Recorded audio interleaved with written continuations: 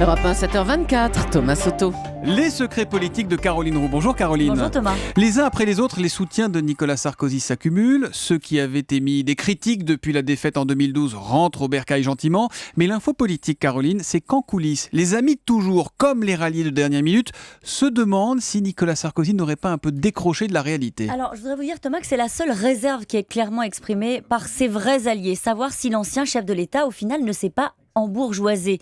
Alors, l'un d'eux formule cela très bien. 2 ans et demi de Dolce Vita entre le Cap Nègre et la tournée de sa femme. On peut se demander s'il n'a pas décroché avec le pays réel. Et c'est étonnant car on sent que les visiteurs récurrents de l'ancien chef de l'État ont encore ce doute. Un parlementaire s'inquiète. Il ne faudrait pas qu'il fasse l'apologie de la mondialisation sur une ligne dictée par le public de ses conférences. En fait, leur interrogation, ce n'est pas tellement son train de vie, c'est pas ça leur sujet, mais la façon dont il saura ou non capter le moment que traverse le pays. Ses conseillers répliquent immédiatement. La gauche au pouvoir est dans le déni depuis 2 ans, me dit un proche. Elle ne semble pas très connectée à la réalité. Et un autre m'explique, Nicolas Sarkozy n'a rien perdu. Rassurez-vous, me dit-il, de son instinct de bête politique. Mais la preuve que le sujet est important, l'immersion dans le pays fera partie des urgences de ce début de campagne. Mais ces fameuses conférences très bien rémunérées, il va continuer à les donner ou pas, Nicolas Sarkozy ? Ah oui, il va continuer. Et il le dit lui-même, il assume, il veut continuer ces conférences. Son entourage d'ailleurs prépare habilement le terrain, explique que ce sera une façon d'ouvrir le parti à l'international et qu'il pourrait même emmener dans ses bagages des jeunes pousses de l'UMP. La question politique du jour. Caroline Martine Aubry est intervenue sur Europe 1 il y a quelques jours. Elle a échangé quelques piques avec Manuel Valls.